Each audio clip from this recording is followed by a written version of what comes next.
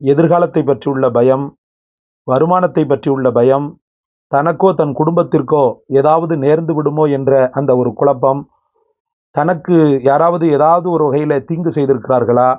சூனியம் இது போன்றவைகள், கந்திஷ்டி இது போன்றவைகள்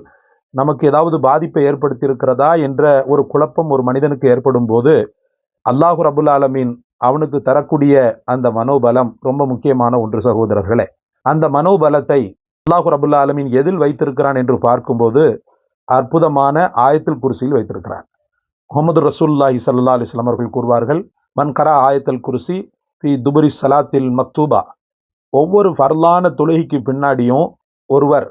ஆயத்துல் குர்சியை தொடர்ந்தால் போல ஓதினாரேயானால் அல்லாஹு ரபுல் ஆலமீன் ஒரு வக்திலிருந்து அடுத்த வக்து வரை, ஒரு வக்தில் அவர் ஓதுறாருன்னு சொன்னா, அதாவது இப்போ லொஹருக்கு ஓதுறாருன்னு சொன்னா அசர் வரைக்கும்,